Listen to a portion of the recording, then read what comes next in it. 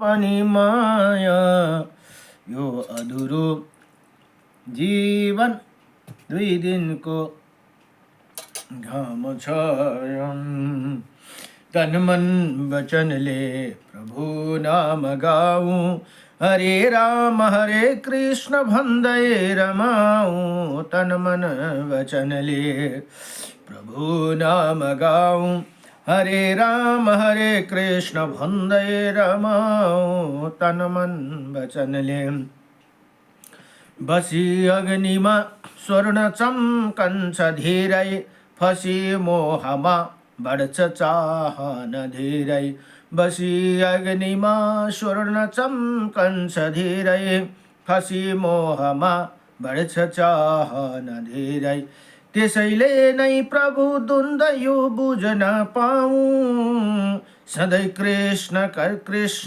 भनी दिन बिताऊ तन मन वचनले प्रभु नाम गाऊं हरे कृष्ण भन्दै रमाऊं तन मन वचनले प्रभु नाम गाऊं तन मन वचनले सधैँ फूल हाँस्दछ काँडामा झुल्दै तिमी भित्र छौ खोजी हिँड्छु म डुल्दै सधैँ फूल हाँस्दछ काँडामा झुल्दै तिमी भित्रै छौ खोजी हिँड्छु म डुल्दै विपत्तिमा हाँस्ने म सामर्थ्य पाऊँ विपत्तिमा हाँस्ने म सामर्थ्य पाऊँ गोविन्द गोपाल जपी खुब रमाऊं तन मन वचनले ओ नाम गाऊं हरे कृष्ण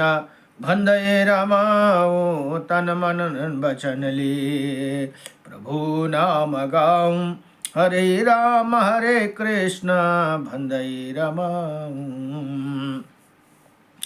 मोह बिन्दु भगवान तिमी सिन्धु मेरो मोह दास तिम्रो तिमी स्वामी मेरो मोह बिन्दु भगवान तिमी सिन्धु मेरो मोह दास तिम्रो तिमी स्वामी मेरो म जस्तो छु जे छु अरु के भनाऊं म जस्तो छु जे छु अरु के भनाऊं सधैँ कृष्ण भन्दै रमाऊं तन मन वचनले प्रभु नाम गाऊं हरे कृष्ण भन्दै रमाऊं तन मन वचनले प्रभु नाम गाऊं हरे कृष्ण भन्दै रमाऊं र यहाँ भन्नुहुन्छ जीवनमा के गर्नुपर्ने भन्ने कुरा चाहिँ रामायणले सिकाउँछन् अरे रामायण जुन छन् उनले सिकाउँछन् भने जीवनमा के चाहिँ नगर्नु भन्ने कुरा यो महाभारतले सिकाउँछन् अरे महाभारत जुन ग्रन्थ छ उसले सिकाउँछन् र जीवन कसरी जिउने हो कसरी जिउनु पर्ने भन्ने कुरा यो श्रीमद् भागवत महापुराणले सिकाउँछ भनेर यहाँ बताउनु भएको छ नमो भगवते वासुदेवाय नमः ओम नमो भगवते वासुदेवाय नमो नमः हे राधे शुभानुभूपतने हे पूर्णचन्द्रादने हे कान्ते कमनीय कुकिल रवि बिन्द्रावनेश्वरी हिमत प्राणपराये चरसिके हे सर्वयूथेश्वरी आगत्य त्वरित प्रणतमनिषो मन्दै जय जय श्री राधे जय श्री राधे जय श्री राधे श्याम। र यहाँ फेरि अब श्री ब्रह्माण्ड महापुराणको मध्य भागमा तृतीय उपोदघात पादको 13 अध्यायमा के भन्ने भने श्रद्धा कल्पेमे पुण्य देशों का वर्णन भनेर यहाँ बताउनुहुन्छ। अब श्रद्धा कल्पमे पुण्य देश जुन पुण्य देश छ त्यसको विषयमा बताउनुहुन्छ। अब बृहस्पति ने कहा, फिर बृहस्पति जी जुन देवताहरूको गुरु हुनुहुन्छ है बृहस्पति। देवताका गुरु बृहस्पति भने दैत्य दानवहरूका गुरु शुक्राचार्य भृगुपुत्र शुक्राचार्य सुताजीको भन्नुहुन्छ पितर ये पितर केवल एक बार पूजित होने पर परम प्रसन्न हो जाते हैं भनेर यहाँ बताउनुहुन्छ। पितर अभ्याय है अर्थात कभी भी नष्ट होने वाले नहीं है भनेर यहाँ बताउनु भयो। ये पितर योगी है, महात्मा है, पाप रहित और महान तेजस्वी है भनेर यहाँ बताउनु भयो। मैं इसी जन्म के बाद स्वर्ग प्राप्त करने वाला इच्छाओं द्वारा बहुत कुछ देने वाला तथा जिन कर्मों में मोक्ष की प्राप्त क्रमशः प्राप्ति होती है उन्हें सरोवरों, नदियों, पुण्य प्रद तीर्थों, देशों, पर्वतों में श्रेष्ठ पर्वतों और आश्रमों का वर्णन करूँगा भनेर यहाँ बृहस्पति जी सुताजीलाई बताउनुहुन्छ। सदैव तीनै लोक में पुण्यशील सदैव और चारण से सेविता अमरकंटक नाम का पर्वत श्रेष्ठ है भनेर यहाँ बताउनु भयो। अमरकंटक नामको पर्वत श्रेष्ठ है जहाँ हजारों क्या करोड़ों अरबों वर्षों तक प्राचीन काल में भगवान अंगिरा ने परम कठोर तप किया था भनेर यहाँ बताउनुहुन्छ। जहाँ परम मृत्यु भी नहीं पहुँच सकती, त्यो ठाउँमा मृत्यु पनि जान सक्दैनन् हरे। उसी प्रकार असुरों राक्षसों का भी भय नहीं तथा जहाँ जब तक भूमि रहेगी तब तक लक्ष्मी का अभाव नहीं रहेगा भनेर यहाँ बताउनुहुन्छ। वो पर्वत श्रेष्ठ अमरकंटक तपसे और तेजसी सुशोभित होते हैं भनेर यहाँ बताउनु भयो। अब माल्यवन पर्वत के शिखर पर नित्य सर्वतक प्रलयकालीन अग्नि जलती रहती है। इसी पर्वतराज पर उगने वाले कुश अत्यंत मृदा सुगंधित सोने का चमक वाले देखने में प्रिय तथा शांत एवं प्रसिद्ध है भनेर यहाँ बताउनु भयो। जो नर्मदा नदी के दक्षिण में फैले हुए हैं भनेर यहाँ बताउनु भयो। हेर्नुहोस् है, राम्रो सुन्नुहोस् यहाँ। अब प्राचीन काल में अंगिरा ऋषि भन्ने हुनुहुन्थ्यो। जो ऋषि ने अग्निहोत्र में पृथ्वी पर बिछाने के लिए इन उत्तम कुशों का उपभोग किया था भनेर यहाँ बताउनु भयो। जिसके कारण उन्हें स्वर्ग के लिए सीढ़ियों को देखा था भनेर भन्नुभयो। अमरकंटक में उन कुशों पर जो बुद्धिमान व्यक्ति एक बार भी पिंडदान करता है उसके फल को बतलाता रहा हूँ। अब त्यो ठाउँमा हेर्नुहोस् है, अमरकंटक पर्वतको त्यहाँ गएर वहाँ पर जो श्राद्ध किया जाता है वो अक्षय होता है भनेको सधैँभरि बढेर जाने हुन्छन् अरे और पितरों को प्रेम को बढ़ाने वाला होते ही सदा इस पवित्र क्षेत्र को पाकर वो पितर अनंत दर्शन हो जाते हैं भनेर यहाँ बताउनु भयो। वहाँ पर पुण्यप्रद ज्वाला सरोवर पर्व अमावास्या भनेको औँसी पूर्णिमा में दिखाई देते हैं। वहीं हड्डी वाले रोगियों की चिकित्सा करने वाली विशल्यकरणी नाम का नदी है। अर्थात जिस नदी में स्नान करने से हड्डियों को रोग दूर हो जाते हैं भनेर यहाँ बताउनु भयो। उसी अमरकंटक पर्वत के पीछे पूर्व दक्षिण दिशा में फैली हुई वो पर्वत बावली और कलिंग देश उड़ीसा के पार्श्व में माल्यवन पर्वत के शिखर पर ऋषि श्रेष्ठ एक सिद्धि क्षेत्र है जो पृथ्वी पर श्रेष्ठ माना गया है भनेर यहाँ बताउनु भयो। देवता और दैत्यों ने दोनों के लिए ही ये सम्मान्य है। उसकी प्रशंसा में शुक्राचार्य ने इस श्लोक गाया है कि धयास्ते पुरुष लोके या प्राप्त मरकंटकम प्रापया मरकंटकम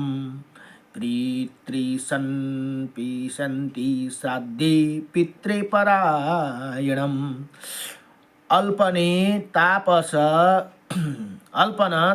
सिद्धि गमिष्यन्ति न संशय सर्वकृतदेव चित्तस्त्र स्वर्गम मन स्वर्ग मरकंटके, अर्थात संसार में वो पुरुष धन्य है जो श्राद्धे में अमरकंटक पर्वत का पर पहुंचकर पितरों को प्रति पूरी तरह समर्पित होकर पितरों को तर्पण करेगा। वो कम तपस्या से ही सिद्धि सफलता प्राप्त करेगा भनेर यहाँ बताउनु भयो, जो इसमें कोई संदेह नहीं है। ये अमरकंटक में एक बार भी पूजित होकर पितृगण स्वर्ग को प्राप्त करते हैं। अब वहाँ पर इंद्र द्वारा सेवित परम रमैया पुण्यप्रद महेंद्र पर्वत है, जहाँ जिस पर चढ़कर श्रद्धा परम पवित्र हो जाते हैं, जिसका वो महान फल होते हैं भनेर यहाँ बताउनु भयो।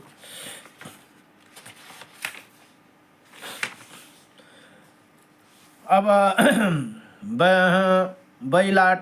बिलाटी शिखर पर जाने से दिव्य नेत्र की प्राप्ति होती। यो बैलाट शिखर है पर जाने पर नेत्र की प्राप्ति, जहाँ मनुष्य प्राणियों से न हारने योग्य होकर पृथ्वी पर देवताओं के समान विचरण करते हैं।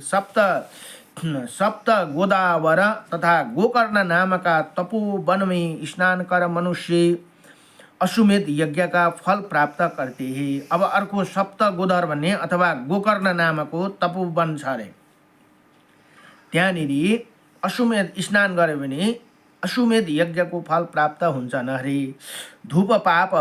धूत पाप नाम का स्थान पर पहुंचकर वहाँ स्नान करने वाला मनुष्य परम पवित्र हो जाते हैं, जहाँ पर देवादि देव महादेव रुद्र ने तप किया था भनेर यहाँ बताउनुहुन्छ। वहाँ पर गोकर्ण नाम का स्थान देवों ने नास्तिकों के लिए एक उदाहरण पेश किया है कि वहाँ पर जो ब्राह्मण नहीं, वो यदि सावित्री का ब्राह्मण नहीं है, फिर भी यदि वो सावित्री का पाठ करते हैं तो वो पढ़ते हुए ही नष्ट हो जाते हैं भनेर यहाँ बताउनु भयो। सिद्धि और चरणों से सेवित देवर्षि के भवन वाले शिखर पर नियम से चढ़ने वाला लोग स्वर्ग को प्राप्त करते हैं, क्योंकि उसी परम रमणीय शिखर पर दिव्य चंदनादि के वृक्ष बहुत अधिक शोभा बढ़ाते हैं तथा वहाँ चंदन मिश्रित शीतल जल की धारा सदा बहती रहती है भनेर यहाँ बताउनु भयो। उसी धारा से ताम्रपर्णी नाम का नदी है भनेर यहाँ बताउनु भयो। जुन ताम्रपर्णी नाम का नदी प्रवाहित होती है, जो चंदन के खंडों में बहती हुई दक्षिण सागर में जाकर गिरती है। उसी ताम्रा नदी के महासमुद्र में बहती हुई शंख पैदा होते हैं और श्रुतियों में मोती पैदा होती है। जो मनुष्य शंख और मोती से युक्त जल को लाते हैं, वो अधिक आदि और व्याधि से मुक्ति होकर अमरवती को प्राप्त करते हैं। वहाँ पर चंदन के वृक्षों से उत्पन्न शंख अथवा मोती को दान करते हैं, वो पाप करने वाला पितरों को भी तार देते हैं भनेर यहाँ बताउनु भयो। जो वेदों में कहा गया पुण्यात्मा पुरुष द्वारा अच्छी तरह सेवित चंद्र नाम का पुण्य प्रदायक तीर्थों में कुमारी में कावेरी कुमारी अच्छी पुण्यात्मा पुरुष द्वारा अच्छी तरह सेवित चंद्र नाम का पुण्य प्रदायक तीर्थ में कुमारी अथवा कावेरी में अक्षय प्रभाव में श्री पर्वत तीर्थ में विकृत पर्वत पर ओसिर पर्वत पर भी जाकी पलाश खदीर बेल पाकड़ विकंत आदि के पेड़ एक ही स्थान पर दिखाई देते हैं। ये सब दो मंडलों में अविद्या दिखाई देते हैं कि द्विजा श्रेष्ठ इसी स्थान पर जो लोग अपने अंगों का परित्याग करते हैं वो इंद्रपुरी अमरवती ही को प्राप्त करते हैं भनेर यहाँ बताउनु भयो। श्री पर्वत के तीर्थ पर और विकृत पर्वत पर तो किए गए श्राद्ध कर्मों को फल मनुष्य को आने वाले जन्म में प्राप्त करते हैं। वहाँ पर पितरों के प्रति बुरी तरह से अर्थात बिना नियम के प्रयुक्त श्राद्ध कर्म भी अच्छी तरह प्रयोग वाले हो जाते हैं भनेर त्यहाँ भन्नुहुन्छ। वहाँ पर पितरों की पुत्री पुण्यशिला नर्मदा नदी बहती है भनेर यहाँ जहाँ नर्मदा नदी बहनुहुन्छ त्यहाँको कुरा गर्दैछन् है। जिसमें दिए गए श्राद्ध अक्षय हो जाते हैं। सिद्धों और चरणों से सेवित मठर के पुण्य वन में उसी महान पर्वत पर विचरण करते हैं अर्थात उसी पर्वत पर अंधेरा रहता है, इसीलिए लोग एक साथ मिलकर विचरण करते हैं ये अर्थ होगा। अथवा वहाँ पर पितृगण एक साथ अंतर्ध्यान होकर विचरण करते हैं अथवा ये अर्थ संभव है। पवित्र विघ्न विधान पर्वत पर धर्मी और अधर्मी जो पहचान के लिए यहाँ देखा जाता है कि जो पापी है वो धारा को नहीं देख पाता, केवल साधु पुरुष उसी धारा को दर्शन करते हैं भनेर यहाँ बताउनु भयो। वहाँ उसी धारा में कहीं पापियों के पाप दिखाई देते हैं। कैलाश पर मतंग के पापों को दूर करने वाला पापी निशुदिनी नाम का बावली है जो पाप को नष्ट करने वाली है। उनमें है उसमें स्नान कर स्वच्छ से विचरण करने वाला पंछी भी स्वर्ग प्राप्त करते हैं। अब शोपरक तीर्थ में पाल पंजर नाम का पर्वत पर समुद्र के अंत तक पांडुकूप नाम का तीर्थ है जो पांडरा का नाम के तट पर विमल और निष्पाप अक्षय संकल्प प्राप्त कर श्री वृक्ष पर चित्रकूट में और जम्बू नदी के मार्ग में बुद्धिमान योगाचार्य के असित नाम का पर्वत पर वहाँ भी श्राद्ध करके फिर असिता नदी के नित्य श्राद्ध करना चाहिए। पुष्कर में किए गए श्राद्ध का फल कभी नष्ट होने वाला तथा कभी न नष्ट होने वाला है तथा महाफल देने वाला है तथा प्रभास क्षेत्र के महासमुद्र में श्राद्ध उसी प्रकार अक्षय और महाफलदायक समझना चाहिए भनेर यहाँ भन्नुहुन्छ। देविका में श्राद्धों से सेवित वृक्ष नामक कूप है। उसमें गौ का शब्द करता हुआ जल नित्य गिरता रहता है। सब पापों से बहिष्कृत योगैश्वर्यों से सदा पूजित वो कूप है। जो व्यक्ति उसी कूप में श्राद्ध दे उसी फल बताता हूँ भनेर यहाँ बताउनुहुन्छ। उस पर किया गया श्राद्ध का फल कभी नष्ट न होने वाला और सब मनोरथ को पूर्ण करने वाला होती है तथा वो श्राद्ध पितरों को प्रसन्न करता है। वहाँ पर जात वेद नाम की शिला है, साक्षात अग्नि से संतान काल से प्रतिष्ठित है। वहाँ उसी शिला पर श्रद्धा एवं हवन करना चाहिए। वहाँ उसी अग्निशिला पर जो प्रवेश करता है वो स्वर्ग में भरपूर आनंद प्राप्त करता है भनेर यहाँ बताउनु भयो। जब अग्नि शांत होती है तब उसी पुनर्जन्म होती है। उसी ही पवित्र तीर्थ में दिया गया श्राद्ध यदि दान का फल अक्षय होते हैं। दशा अश्वमेध नाम का तीर्थ में एवं पंचमे श्रोमेध नाम का तीर्थ में श्राद्ध करने पर 10 अथवा 5 अश्वमेध यज्ञ का फल होते हैं। इसमें कोई संदेह नहीं भनेर यहाँ बताउनु भयो। अब हयशिर नाम का भी शीघ्र वर प्रदान करने वाला विख्यात तीर्थ है जहाँ किया गया श्राद्ध सदा अक्षय होती है और श्राद्ध देने वाला स्वर्ग में अनंत प्राप्त करती है। सुंदर और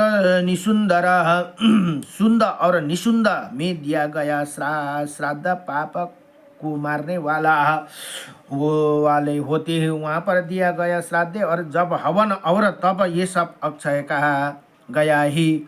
अब अज तुंग नाम के शुभ तीर्थ में निरंतर पितरों का तर्पण करना चाहिए, जाकि पर्वों, त्योहारों, होली, दिवाली, रक्षाबंधन, दशहरा आदि में नित्य देवताओं को की छाया दिखाई देती है। जहाँ पृथ्वी पर इसी तीर्थ का श्राद्ध अक्षय बतलाया गया है, जहाँ की वृक्ष रोग दूर करने वाला है, वहाँ बापू जहाँ पर पांडव पर रोगहीन हुए थे भनेर यहाँ बताउनु भयो।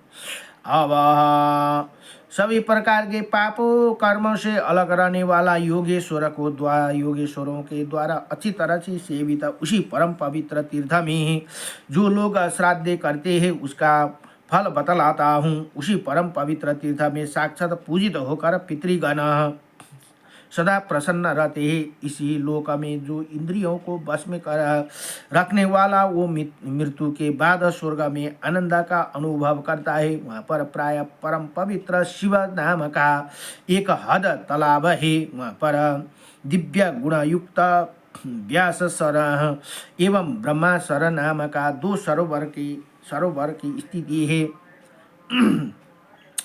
अर्जता नामक पर्वत वहाँ पर है, जिस पर बड़े बड़े योगीश्वर निवास करते हैं। महात्मा वशिष्ठ का पुण्य आश्रम भी वहाँ पर है भनेर यहाँ बताउनु भयो।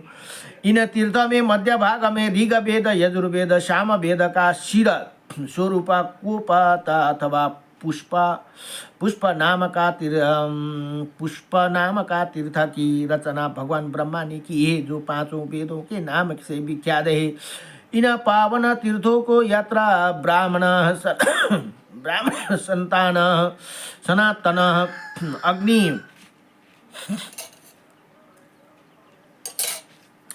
अग्नि के भांति तेजस्वी होकर पाप से मुक्त हो जाते। इनमें श्रद्धा का कभी ना अंत होने वाला महात्म्य वर्णित किया गया। जप, हवन एवं तपस्या के लिए भी इसका अनंत फल कहा गया है। पुंडरीक महातीर्थ में पुंडरी कमल के समान फल और ब्रह्मा तीर्थ के महाप्रज्ञा सभी प्रकार के यज्ञों का फल प्राप्त करते हैं। सिंधु सागर संभेद तथा पंचानंद तीर्थ में अक्षय फल की प्राप्ति होती है। विराज और मद्रावा की पर्वत पर पुण्य तीर्थ है। सप्तनद तीर्थ में और विशेषतः मानस तीर्थ में श्राद्ध करना चाहिए। महाकूटा अनंत एवं त्रिकुद पर्वत पर श्रद्धा करना चाहिए भनेर यहाँ बताउनुहुन्छ। संध्या के समय महानदी में अद्भुत दृश्य दिखाई देते हैं। वो दृश्य श्रद्धा न रखने वाले को देखने में नहीं मिलता है, तथा जिन्होंने व्रत को धारण कर लिया है वही श्रद्धालु पुरुष उसी अद्भुत दृश्य को देख पाते हैं भनेर यहाँ बताउनुहुन्छ। वहाँ पर एक के द्वारा एक का सहारा लेकर दिनम के स्वयं काल में नित्य प्रति पितरों को अक्षय फल की कामना रखने वाले उसी महानदी की श्राद्ध देना चाहिए। यहाँ पर पुण्य आत्मा को परमात्मा मनुष्य जान लिए जाते हैं। वहाँ पर स्वर्ग मार्ग को प्रदान करने वाला तथा शीघ्र वर प्रदान करने वाला तीर्थ है। जिस तीर्थ में सप्त ऋषिगण अपने वस्त्र छोड़कर चले गए थे, आज भी उन्हें बिना भोगत वस्त्र दिखाई देते हैं। उसी उत्तम तीर्थ में स्नान करके मनुष्य स्वर्ग को प्राप्त करते हैं। वहाँ पर सिद्धि गणों को सेवित शिव भक्त नंदीकेश्वर का प्रसिद्ध घर है भनेर यहाँ भन्नुहुन्छ। नंदीकेश्वर की वहाँ मूर्ति दुराचार करने वालों को नहीं दिखाई देते। वहाँ पर सूर्योदय के समय सूर्य की किरणों से सोने के खंभे दिखाई देते हैं। उन खंभों की परिक्रमा कर मनुष्य आनंदित होकर स्वर्ग को चले जाते हैं। अब चारों और विशेष रूप से सबसे अच्छा तीर्थ कुरुक्षेत्र है भनेर यहाँ बताउनु भयो। जो कुरुक्षेत्र योगेश्वर महात्मा सनत कुमार का पुण्य तीर्थ है भनेर यहाँ बताउनु भयो। जहाँ पर तिलों का दान करके पितरों का सदा के लिए अक्षय तृप्ता दी जाती है। वहाँ पर धर्मराज युधिष्ठिर ने सेवित उसी तीर्थ में किया गया श्राद्ध अक्षय फल देने वाला होता है, वही विधि पूर्वक और यथा कर्म दिया गया श्राद्ध फलदायी होते हैं। विशेषता कुरुक्षेत्र के समीप निवास करने वालों के लिए तो ये परम पवित्र है। सुपुत्र, अपने पितरों की पूजा करके पितृ ऋण से मुक्ति हो जाते हैं। अब प्लक्ष प्रश्रवण प्लक्ष प्रश्रवण तीर्थ पर बिना भोजन किए हुए सरस्वती नदी के जल में व्यास तीर्थ में हसदती नदी के जल में 3 पाकड़ के पेड़ में अक्षय ओमकार पवन में श्रद्धा की इच्छा करने वाला श्रद्धा करे। शक्र अवतार तीर्थ पर गंगा में और पर्वतों में उत्तम मेनका पर्वत पर श्रद्धा के इच्छुक व्यक्तियों को श्रद्धा करनी चाहिए। यमुना की ही उत्पत्ति स्थान पर यमुनोत्री पर श्रद्धा करने वाला मनुष्य सब पापों से मुक्ति हो जाती है। वहाँ की अधिकता उष्ण गर्म तथा आध्यात्मिक शीतल जल ही इसका प्रमाण है भनेर यहाँ बताउनु भयो। ये परम पवित्र यमुना याम की भागिनी और मार्तंड की पुत्री है भनेर यहाँ बताउनु भयो। उसमें किया गया श्राद्ध अक्षय फलदायी होती है। ऐसे पूर्ण मार्तण्य भनेको सूर्य है, भगवान को एउटा नाम मार्तण्डे पनि है। ऐसे पूर्वकालीन पितरों ने कहा गया है, ब्रह्मा तुंड नाम का तालाब में स्नान करके मनुष्य शीघ्र ही ब्राह्मण हो जाते हैं। उसमें जब तप होम और श्रद्धा का फल अनंत होते हैं। माँ तपस्वी महर्षि वशिष्ठ स्थान रूप में वहाँ विचरण करते हैं और आज भी वहाँ मणियों से चित्रित वृक्षों की पंक्तियाँ दिखाई देती है। वहाँ परम धर्म और अधर्म को बताने वाले एक तुला दिखाई देते हैं। ब्राह्मणों के कथा अनुसार जिस पर तुल कर तीर्थों का उत्तम फल की प्राप्ति होती है। पितरों की योग परायण कन्या गंधकाली इस नाम से विशेष प्रसिद्ध है।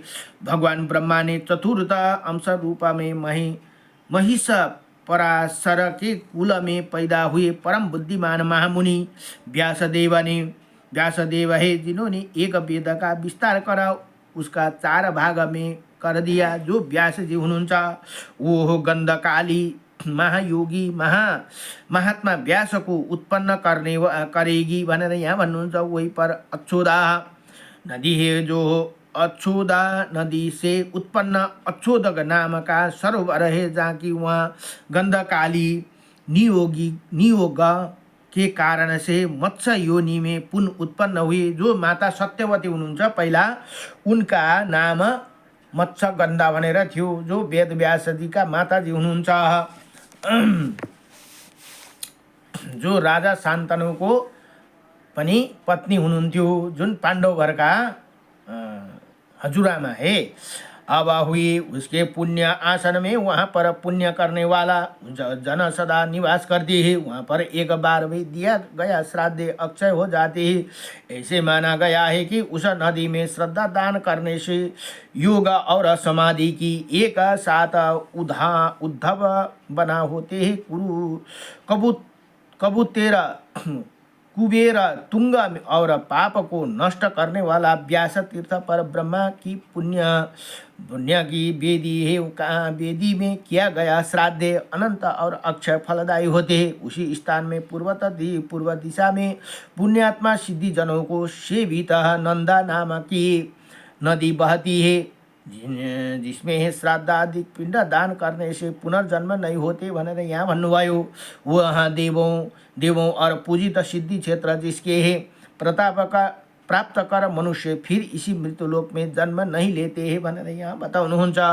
जहाँ पर उसी महालय में परम बुद्धिमान महादेव ने अपना चरण रखा था, वहाँ स्थान प्राणियों पर अनुकंपा के लिए और वेदों की और ईश्वर को ना मानने वाले लोगों के लिए वो एक निर्देशन है। अर्थात वहाँ का सौंदर्य और चमत्कार देखकर नास्तिक भी भगवान को मानने को विवश हो जाते हैं भनेर यहाँ बताउनु भयो। विराज में श्राद्ध का फल अक्षय होते हैं, उसी तरह उसी महालय में किया गया श्राद्ध भी अक्षय होते हैं। जिस प्रकार नदी में और विराज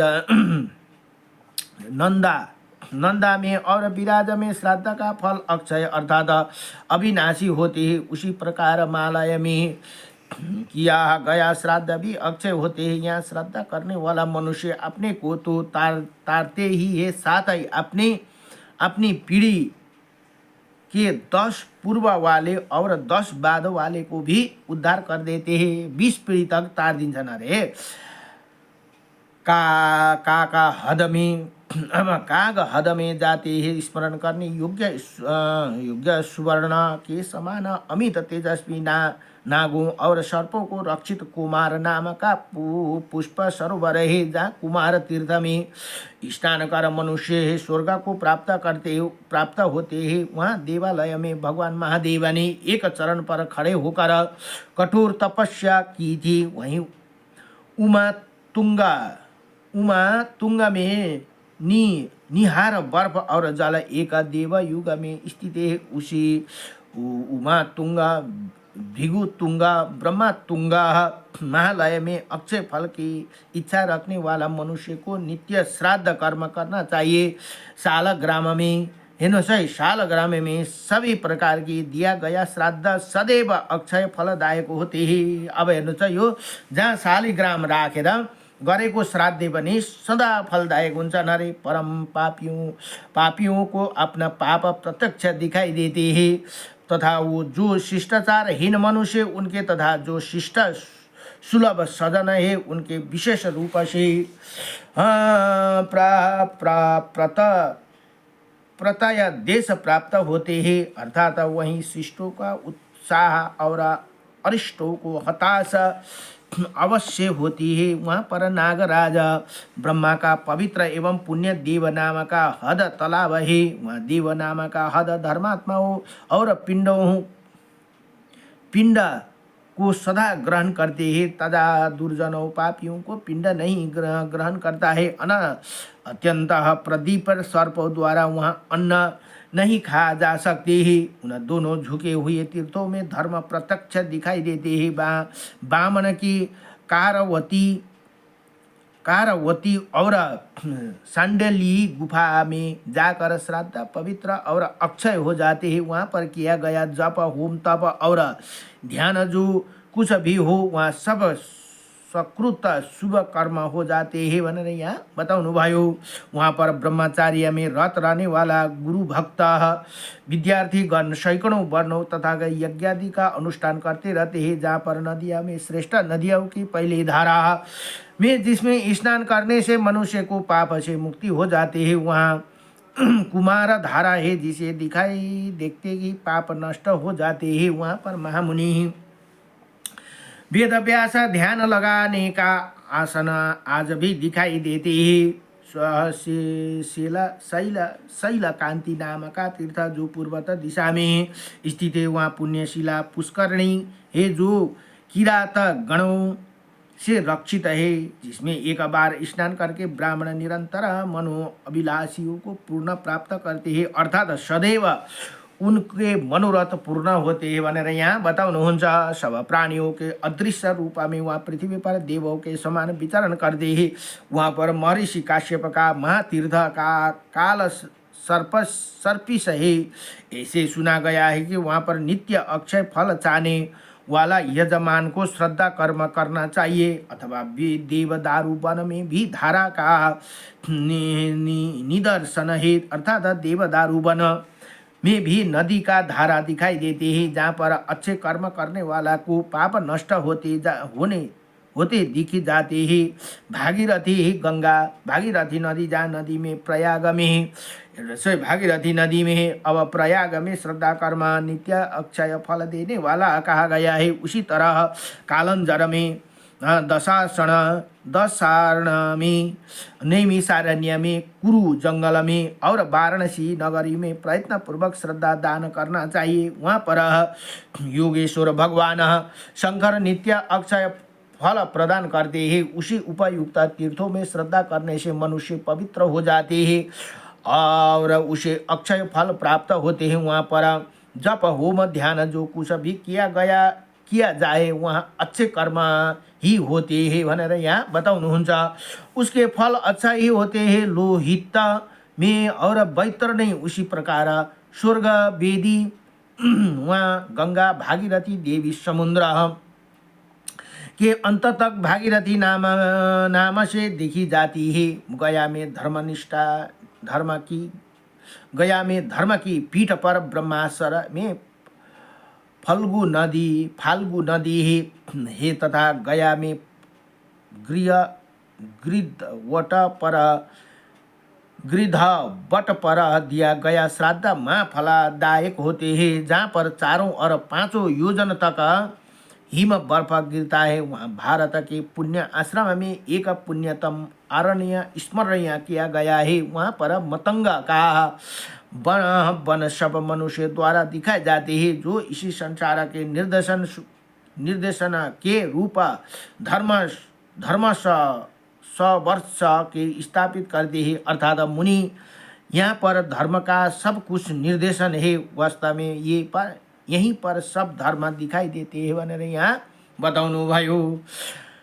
वह पुण्य कर्म करने वाला द्वारा सेवित जो पुण्य दंड का वन है जिसमें विशाल्य इसका नाम का तीर्थ है जो हो शीघ्र निर्देशन के अर्थात शीघ्र धर्म का फल देने वाला है। जो पापी मनुष्य होते हैं वो वह तुला मान चाप और विधिवत शास्त्रों में समेत लग्न आने पर डुबकी लगाते हैं। तृतीया में पाद में अथवा निराद में मंडल में महाहद महातालाब में दिया गया श्राद्ध महाफलदायक होते हैं। परम बुद्धिमान महादेव ने मुंड पुष्ट में अपना पदन्यास किया गया। वहाँ पर उन्होंने बहुत दिव्य युगों तक सुदुष्कर और तीव्र तप किया था। जहाँ थोड़ी ही समय में धर्मपरायण मनुष्य शीघ्र ही पाप को छोड़ देते हैं। जिस प्रकार की सर्प पुरानी काचुली को छोड़ देता है।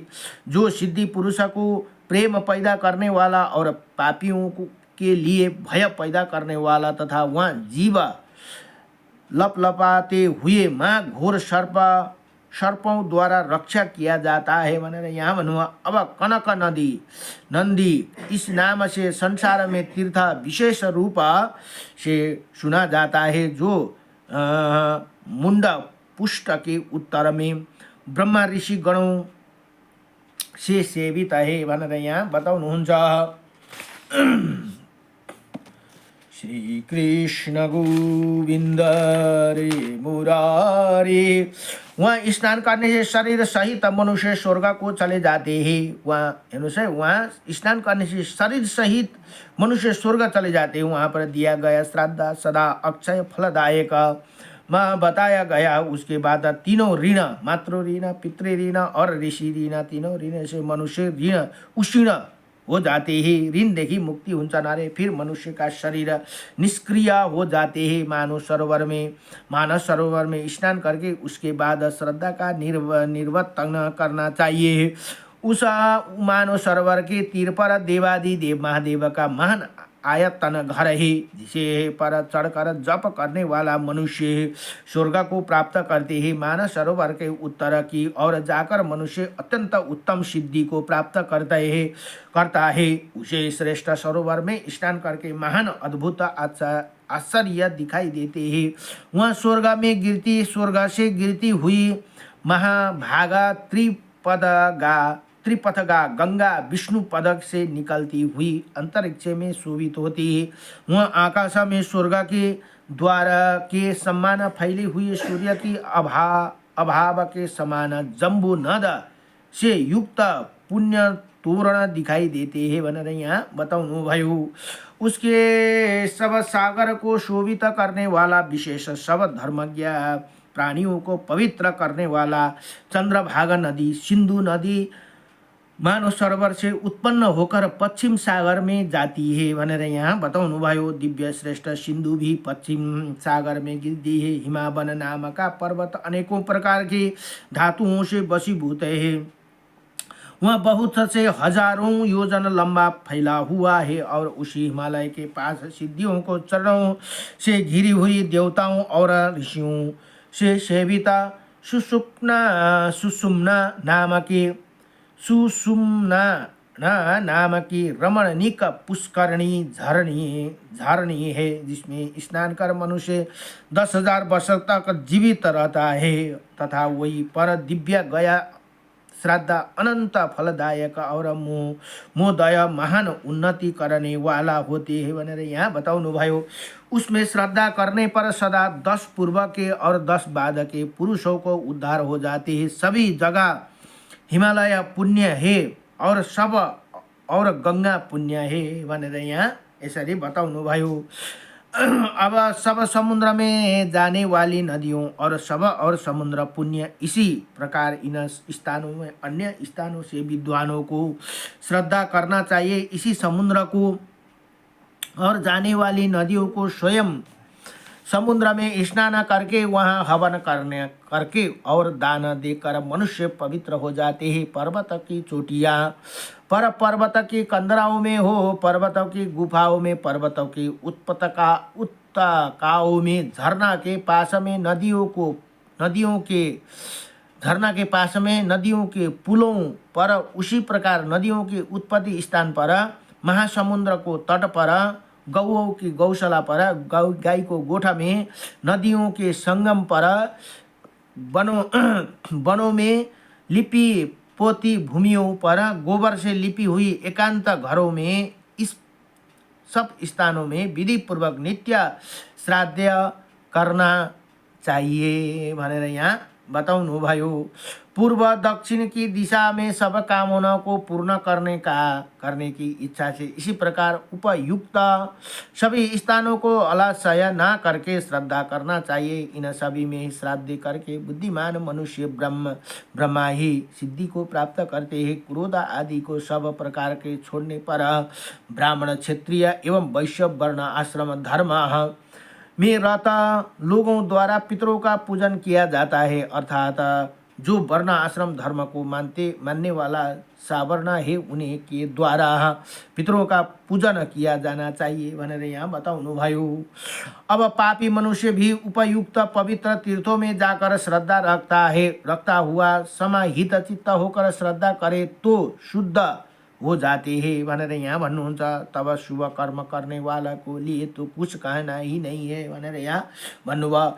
इन तीर्थों में श्रद्धा करने वाले ब्राह्मण तार्किक योनि में कभी जन्म नहीं लेते हैं, ना बुरे स्थानों में उसी जन्म होते हैं, बड़ा वो स्वर्ग प्राप्त करते हैं तथा उसके मोक्ष को उपाय सरल हो जाते हैं।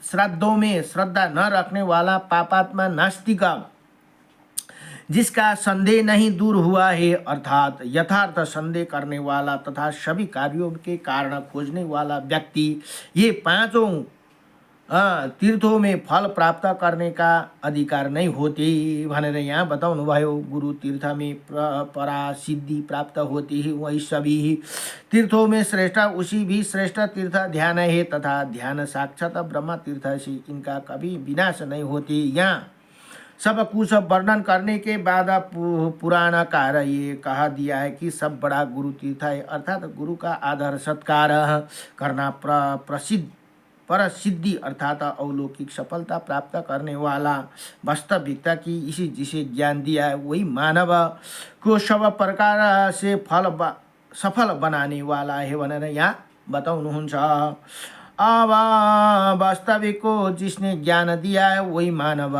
को सब प्रकार से सफल बनाने वाला तथा ये गुरु पूजा सब तीर्थों में परम श्रेष्ठ है भनेर यहाँ बताउनुभयो। उसके आगे कहते हैं कि उसी गुरु तीर्थ से भी बड़ा ध्यान लगाना तीर्थ है, अर्थात गुरु से ज्ञान तो प्राप्त कर लिया परंतु उस पर